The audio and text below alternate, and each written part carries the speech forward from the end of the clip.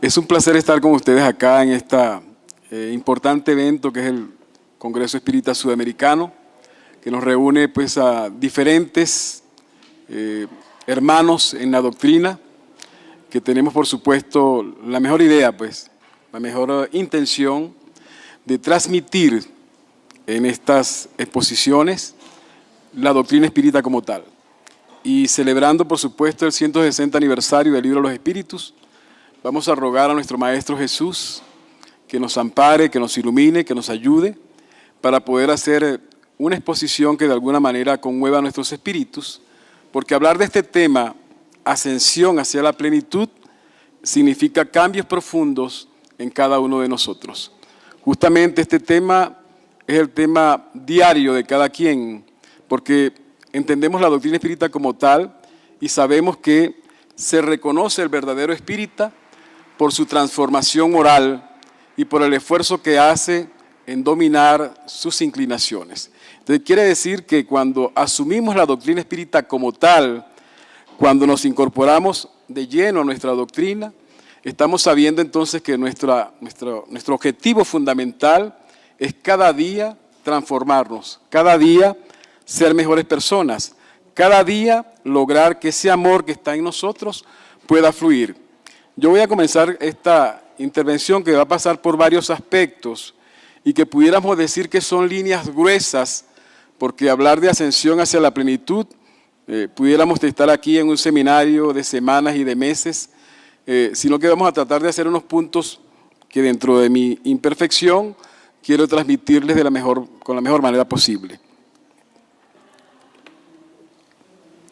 Nosotros como espíritus estamos entonces habitando en este plano, en este mundo de pruebas y expiaciones, y sabemos entonces que hay pues diferentes dificultades que no escapan a nadie. La humanidad está convulsionada desde el punto de vista social, desde el punto de vista estructural, y estamos viendo catástrofes ya en esta época de la transición, donde la Tierra va a pasar de un mundo de pruebas y expiaciones a un mundo de regeneración. Ya no son noticias, sino que nos llegan y nos conmueven diariamente.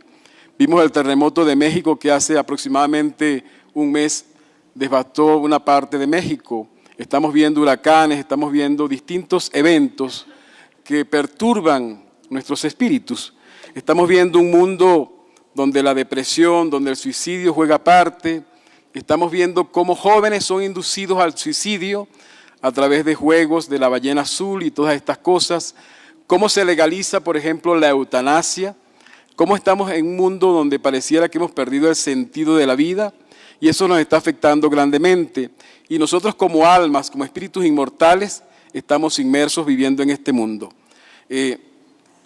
Pero a la par de este mundo difícil en el cual transitamos, también hay un mundo de avances tecnológicos, un mundo donde ya la robótica, donde ya la ingeniería genética avanza de una manera impresionante y estamos viendo pues todo este trabajo que las leyes divinas permiten también para que entonces el hombre pueda buscar un confort, pueda buscar un bienestar.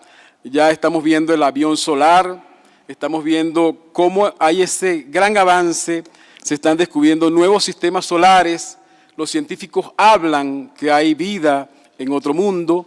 Ya en el año de 2019 va a ser lanzado otro satélite como es el James Webb, es decir, otro sistema que va a sustituir al telescopio Hubble, que va a permitir entonces ver mucho más allá en esa dimensión.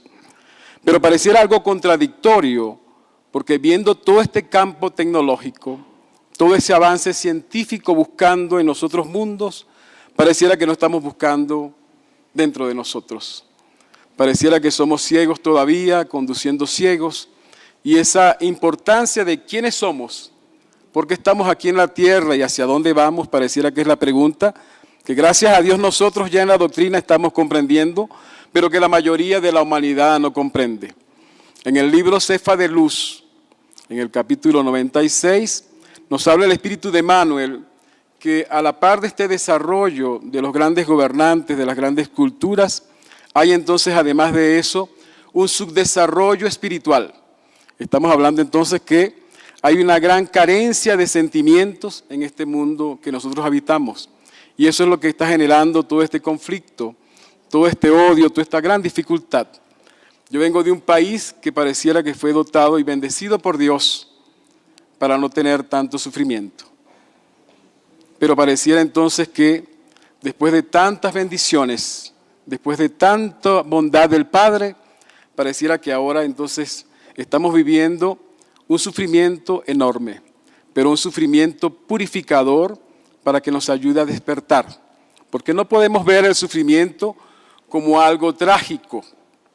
Tenemos que ver las cosas porque Dios hace todo perfecto. Y si Dios hace todo perfecto, entonces tenemos que ver dónde fallamos, dónde fue que nosotros nos equivocamos. Porque estamos entonces teniendo gran necesidad de hambre, porque tenemos gran necesidad de insumos médicos, porque tenemos problemas de libertad, porque estamos tan acongojados. Sabemos entonces que esa causa es eminentemente perfecta. Y entonces, muchas veces pensamos que todo está perdido. Están saliendo de Venezuela alrededor de casi 2 millones de personas, jóvenes en su mayoría, buscando otros horizontes, buscando un bienestar que no consiguen en el país. Y algunos, con la misericordia de Dios, pareciera que tienen éxitos, otros tienen que regresarse, porque es que en la programación reencarnatoria de nosotros está todo. Si nos toca habitar en este país, estaremos ahí. Antes habitamos otros países y hoy nos toca reformar nuestro espíritu bajo el crisol de las dificultades. Entonces hablamos de esto como un gran desafío, pero a la par de esto entonces decimos que nuestro Maestro Jesús gobierna todos los hilos de lo que está sucediendo en la tierra. En el libro Camino a la Luz, en el capítulo 2, observamos cómo nos dice el Espíritu de Emmanuel que bajo la misericordia de los Cristos planetarios están todas las humanidades. Quiere decir con esto que ninguno de nosotros está desasistido. La misericordia de Dios se hace presente y todos nosotros entonces tenemos nuestros ángeles guardianes, espíritus protectores, benefactores de los países que nos están conduciendo hacia la plenitud. Nosotros tenemos que darnos hoy cuenta y una gran satisfacción de descubrir en la doctrina espírita que vamos a ser algún día seres perfectos, seres felices y que vamos a superar estas angustias. Y así como recibimos la primera revelación, que fue la venida de Moisés con el código moral de los 10 mandamientos, y después tuvimos la presencia de nuestro Maestro Jesús como modelo y guía de la humanidad, también entonces recibimos el Consolador prometido, del cual ya hablaron esta mañana nuestros expositores. Y vemos entonces cómo la autoridad de la doctrina espírita nos permite que quiso Dios que la nueva revelación llegase a los hombres por caminos más rápidos y auténticos. Entonces en todo el planeta fueron esparcidas entonces las verdades espirituales y entonces empezamos a recibir a través de medios comunicaciones que fueron conformando el andamiaje de la doctrina espírita. Y es Allan Kardec entonces ese legado importante que Dios permitió para que bajo sus hombros empezara entonces este trabajo inmenso que nos ha conmovido a todos nosotros. No hay nadie que esté en este escenario que no haya sido tocado por el espiritismo. De alguna manera u otra fuimos convocados para despertar una conciencia, para avanzar en nuestra dirección. Y entonces empezamos a recibir este gran conocimiento y vemos entonces cómo Allan Kardec, en el ítem 100 de la pregunta del libro de los espíritus, nos explica cómo hay entonces diversos órdenes de espíritus.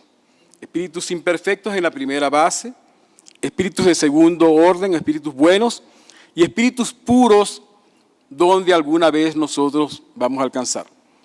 Lo importante es preguntarnos, ¿cuánto tiempo voy a estar yo en la escala de espíritu imperfecto? ¿Cuánto tiempo voy a permanecer lidiando con mi egoísmo, con mi orgullo, con mis ambiciones, con mi vanidad, con mis vicios? ¿O ya voy a empezar entonces a hacer un proceso de cambio profundo que me permite entonces escalar paso a paso posiciones que me vayan llevando hacia la plenitud? Porque no es una sola existencia la que nos va a llevar a la plenitud. Son múltiples existencias. Entonces, aprovechemos el tiempo invaluable que tenemos hoy para entonces entender este proceso y lograr esa transformación paso a paso. ¿De qué nos sirve también esta escala espírita? Nos sirve también para nuestras prácticas de la mediunidad. Es un elemento de suma importancia para que no seamos entonces nosotros engañados, mistificados por espíritus inferiores. Y aquí entonces ponemos el cuadro de la escala, donde vemos entonces que en el tercer orden estamos nosotros, donde hay un predominio de la materia sobre el espíritu, hay una propensión al mal, ignorancia, orgullo, egoísmo y todas las pasiones que le son consecuencias. Y está en el segundo orden entonces los espíritus, donde hay un predominio del espíritu sobre la materia y un deseo permanente de hacer el bien. Nosotros vamos a pasar de espíritus imperfectos pronto para espíritus buenos. Y después pasaremos entonces para espíritus puros. Esta es una clasificación que ya, por supuesto, ustedes ya conocen. Ustedes son todos estudiantes de la doctrina espírita, al igual que yo. Y entonces ninguno de nosotros es igual como espíritus. Ni en poder, ni en inteligencia, ni en saber y ni en moralidad.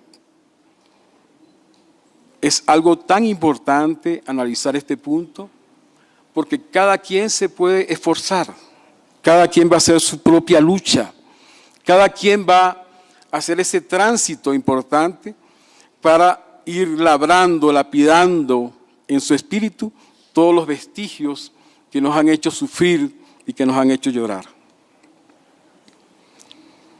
Y la doctrina también nos informa que somos más allá de un cuerpo físico. Este es un trabajo muy importante de un psicólogo ya fallecido brasileño, Jorge Andrea, que hace esta presentación, donde nosotros tenemos entonces pensamiento, voluntad y sentimiento, y también podemos cultivar valores, hábitos y la afectividad. Es decir, que nosotros con ese desarrollo vamos a tener en el final un buen pensar, un buen actuar y un buen sentir. Y ya en las charlas anteriores se habló del periespíritu, se habló del cuerpo físico, se habló del cuerpo mental, pero también tenemos nosotros un inconsciente actual y un inconsciente puro. Y eso nos facilita entonces llegar a este mundo espiritual para ir comprendiendo que tenemos entonces un inconsciente donde tenemos nuestro reservorio moral.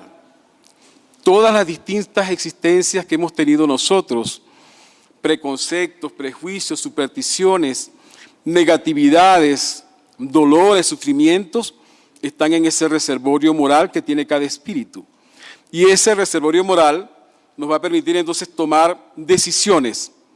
Y Dios nos dio una facultad bellísima, donde está todo perfecto, que yo soy responsable de las decisiones que yo tome. Yo tengo mi libre albedrío, tengo mi voluntad y tengo mi inteligencia para poder tomar decisiones. Y esto es de suma importancia que lo podamos comprender, porque somos entonces los autores de nuestro sufrimiento y de nuestra felicidad. No hay nada más hermoso que cada quien pueda tomar decisión. En el libro del Evangelio según el Espiritismo, en el capítulo 5, habla de causa de las aflicciones. Y sin abundar mucho, hablamos entonces que cuando tenemos sufrimiento y dolor, tenemos entonces que remontarnos al pasado. Si yo hubiera o no hubiera hecho tal cosa, yo no estaría en esta situación. Somos entonces responsables de todo lo que nosotros podamos hacer. Es decir, nuestro pensamiento es lo más importante. cultivemos entonces por encima de todo ese pensamiento puro que nos permita amarnos los unos a los otros. Y entonces interactuamos en un medio social y interactuamos en el medio espiritual. Y ahí analizamos la pregunta 459 del Libro de los Espíritus, donde Allan Kardec pregunta: ¿los espíritus pueden influir en nuestros pensamientos? Y los espíritus entonces responden: pueden influir más de lo que vosotros os imagináis, porque muchas veces son ellos quienes os dirigen.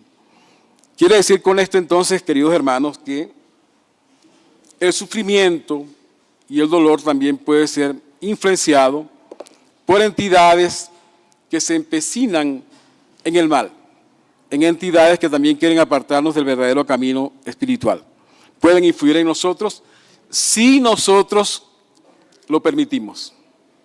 Sí y solo nosotros lo permitimos.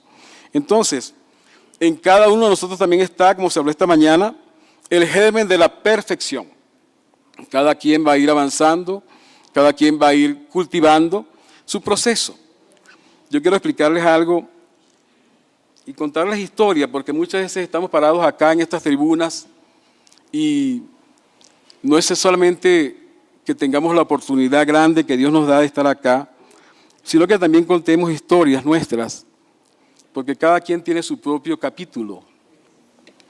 Yo me gradué en el año 1974 de ingeniero civil y yo pensaba que ya era suficiente. Yo pensaba que esa educación, esa instrucción ya me hacía como dueño del mundo.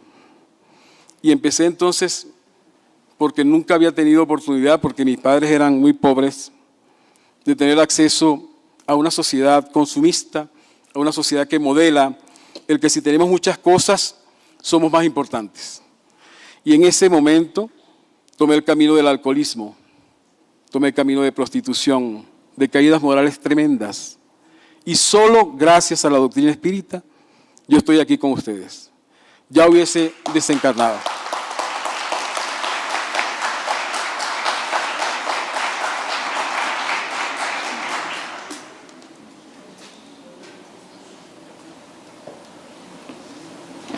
Y entonces llegué al centro espírita y ahí recibí toda la información que ustedes se puedan imaginar. Yo nunca me imaginé que era tan ignorante. Nunca pensé que esta doctrina, luz y consuelo, pueda despertar mi conciencia. Y estando en Puerto La Cruz, que era una ciudad lejos de Venezuela, hacia el norte, una noche reflexionando sobre mi causa, sobre mi sufrimiento, me vine de ahí manejando a un centro espírita. Y llegando el sábado en la mañana, toqué la puerta de esta hermana del centro espírita que me estaba esperando, porque hacía 6 meses que había acudido a ese centro y yo en mi ignorancia, en mi orgullo, pensé que yo sabía todo. Y la hermana me dijo: mire, yo lo puedo ayudar, este es un hombre joven, tiene 25 años. Venga para explicarle la doctrina. Pero yo no acepté nada. Seguí pasando por procesos y en esa noche fue que decidí ir a una casa espírita. Y entonces, estando allí, ella me abrió la puerta con una sonrisa y me dijo: aquí estoy para ayudarlo. Me desarmó y me dijo: léase el libro de los espíritus. Y yo viajaba cada 15 días de la ciudad de Puerto La Cruz para recibir pases magnéticos y recibir agua fluidificada. Y a los 6 meses aproximadamente, un compañero con quien compartía un apartamento me señaló: mira, José, yo estoy interesado en hablar contigo seriamente. ¿Qué te sucede? ¿Qué es lo que te pasa? No me pasa nada, estoy bien. No, es que ahora te la pasas leyendo esos libros de muertos y ahora te acuestas a las 9 de la noche, si antes llegabas aquí todos los días de madrugada, ¿verdad? Entonces, claro, empezamos a comprender que somos imperfectos, que es mucho todavía lo que nos falta transitar. Y empecé entonces a frecuentar la casa espírita, a estudiar, y un día me dijo la directora del centro: algún día usted va a estar dando charlas por ahí, va a estar hablando de la doctrina. No, hermana, usted no tiene ni idea, ¿no? Y aquí estamos, gracias a Dios y a su misericordia, que nos impulsó a hacer este trabajo. Y cuando hablamos de sufrimiento, la misericordia de Dios es tan grande que entonces nos permite, gracias a la psicografía de chicos de Divaldo Pereira Franco, recibir por el mensaje de Juana de Ángelis todo un compendio de libros de psicología, como es Plenitud, Autodescubrimiento, Hombre Integral, que ustedes tienen allí a la venta, que no tengo que explicarles tanto, pero que son libros que van ayudándonos a comprender la profundidad de esta doctrina maravillosa. Y entonces cuando analizamos el sufrimiento por la psicología profunda, llegamos entonces en ese libro Plenitud, cómo entonces la mentora Joana de Ángelis nos habla del sufrimiento. Y nos habla del sufrimiento para entender de que el sufrimiento existe, cuestión que ya también el Maestro Jesús nos había señalado. Tendréis aflicciones, tened buen ánimo, que yo vencí el mundo. Quiere decir entonces que son cuestiones que tenemos que internalizar y comprender de que sí podemos vencer el sufrimiento, sí podemos hacerlo. Y entonces Divaldo nos va describiendo el origen, análisis y causas del sufrimiento.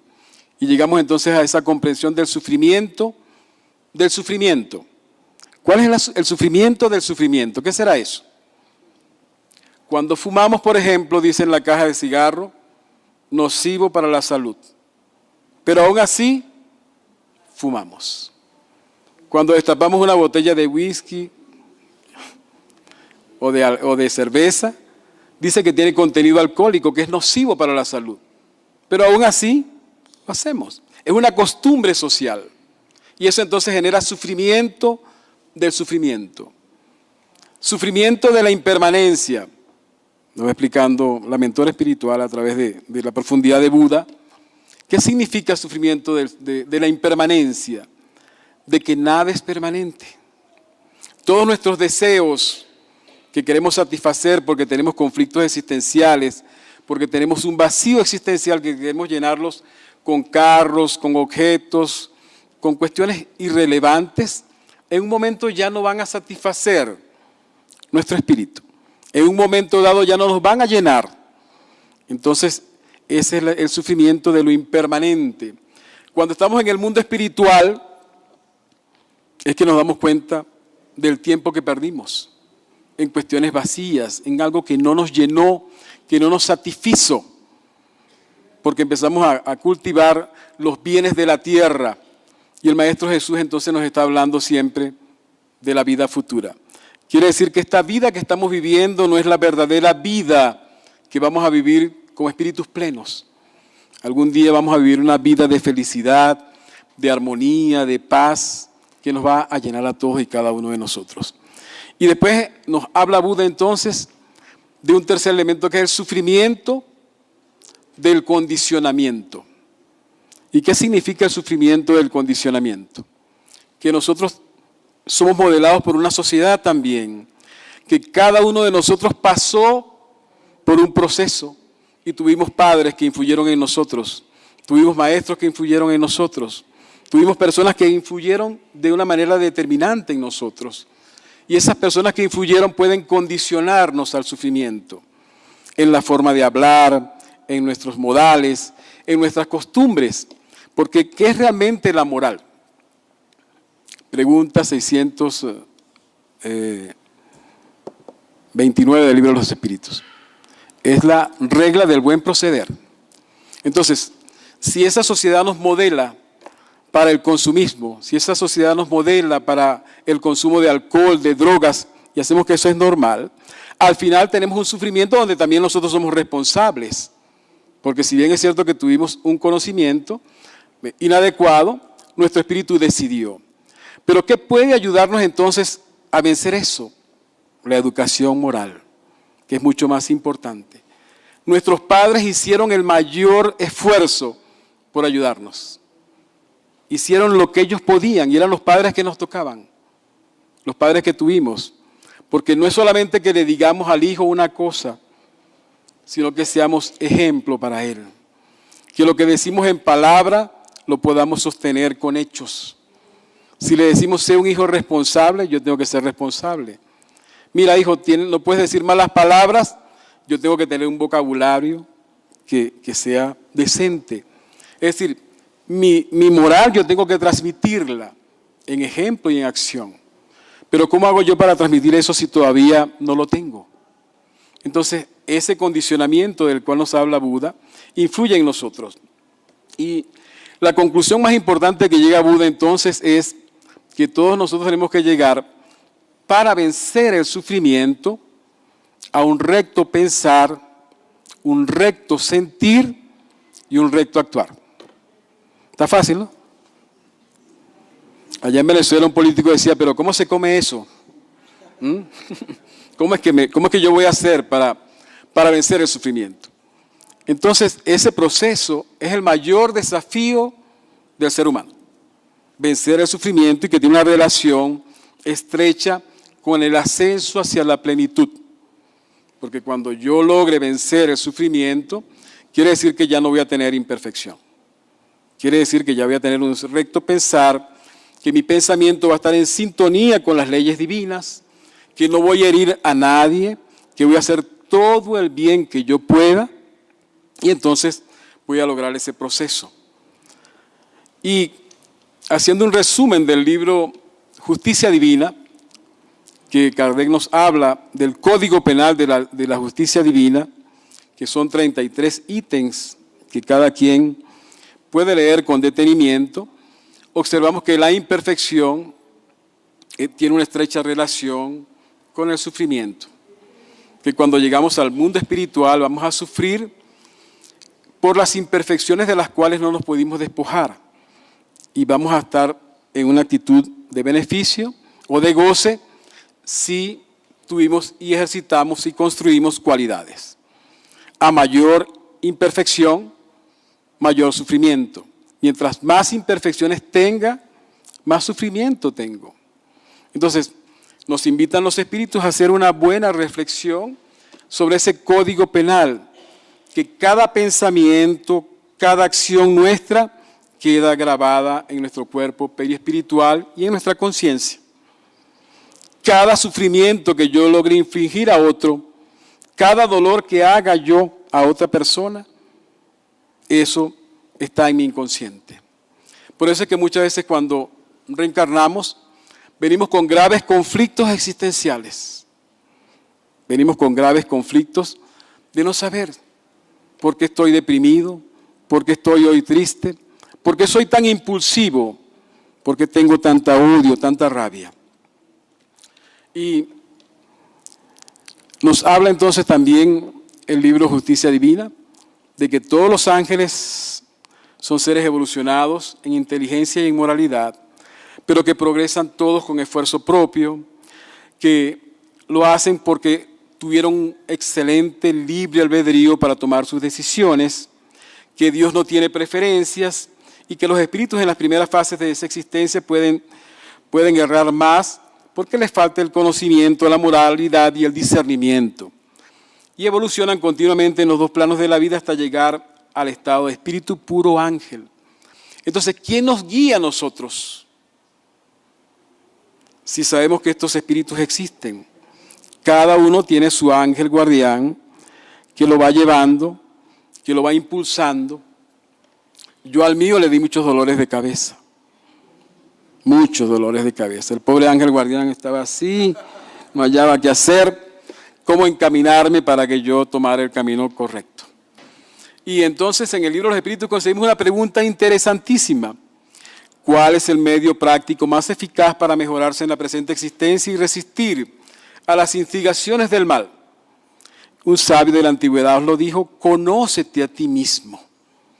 Pareciera algo sencillo. ¿Cómo sé yo cuáles son mis emociones? ¿Cómo sé yo cómo son mis sentimientos? ¿Cómo sé yo cómo entonces logro tener el pensamiento continuo? ¿En qué momento mi espíritu pasó por tantos procesos? ¿Cómo voy inculpiendo en mí la moralidad? ¿Dónde están esas leyes divinas en mi conciencia? Pregunta 621 del libro de los Espíritus. ¿Cómo logro yo identificar entonces que soy ese ser pleno que si me conozco a mí mismo, tengo la llave del progreso individual? Si yo logro conocerme, porque si hago mi diagnóstico de mis potencialidades y de mis fallas, yo puedo trazar un plan entonces para mejorarme. Porque si no me conozco, no puedo trazar el plan. Tengo entonces que conocerme a mí mismo para ver cuáles son mis fallas y cómo yo puedo trabajar. Porque ¿qué quiero yo ser? ¿Qué es lo que yo quiero ser? Un espíritu que vaya alcanzando la perfección. Por supuesto que no voy a ser perfecto como Dios, jamás, pero quiero mejorar. Y también Allan Kardec nos pregunta a los benefactores espirituales, ¿cuál es entre los vicios el que puede considerarse como el más pernicioso? Muchas veces lo dijimos, el egoísmo, porque de allí parte pues toda la serie de vicios y de defectos del ser humano. Orgullo, codicia, ambición, celos, crueldad, todo lo que nos podamos imaginar, parte de este elemento. Entonces la doctrina espírita nos está facilitando, nos está dando lo más importante para nosotros avanzar. Dejando a un lado los defectos y los vicios sobre los cuales nadie podría engañarse, ¿cuál es el signo más característico de la imperfección? El interés personal. Y entonces llegamos acá a la pregunta 910. ¿Puede el hombre encontrar en los espíritus una ayuda eficaz para vencer sus pasiones? Si ruega a Dios y a su genio, puede con sinceridad, por cierto, que los espíritus acudirán en su auxilio por cuanto esa es su misión. Es decir, nosotros siempre tenemos que entender que ya la oración nos va a ayudar de alguna manera significativa, venciendo entonces esas dificultades. Y entonces llegamos a este elemento de la educación moral, que es indispensable en la casa espírita, que es indispensable en nuestras vidas. No la inteligencia intelectual, que es muy importante, pero sin moral no hacemos nada. Nuestro libertador Simón Bolívar dijo en 1819, moral y luces son nuestras primeras necesidades. Qué pensamiento tan grande del libertador que todos conocemos. Entonces la educación, si se entiende como es debido, constituye la clave del progreso moral. Por eso en las casas espíritas todas las actividades son importantes, pero una de las actividades más importantes es educar a esos espíritus que Dios nos está confiando. Hagamos el mayor de los esfuerzos para que en nuestras casas espíritas hagamos talleres de educación moral, capacitemos adecuadamente los evangelizadores y podamos entonces hacer que esas almas reciban esa tarea y esa llama luminosa del Evangelio. Allá donde nosotros hacemos nuestra tarea de evangelización, es una zona muy pobre, de mucho dolor, de mucha angustia. Son 35 niños aproximadamente que reciben allí con nosotros educación, una merienda, y son niños muy pobres, pero están recibiendo algo grande. Están recibiendo la semilla del Evangelio. Están siendo bañados con el agua de Jesús, con el cual le ofreció a la mujer samaritana. Y si una alma, una sola aunque sea, que logremos entonces convertirla en hombre y mujer de bien, eso va a ser una gran satisfacción. Esta pregunta está harta conocida, pero pareciera que la conocemos, pero nos cuesta mucho entender de que Jesús es el guía de nosotros y modelo. Así como se estudia programación neurolingüística, como estudian tantos modelos, coaching, si no tenemos a Jesús como modelo de vida, lamentablemente no podemos avanzar.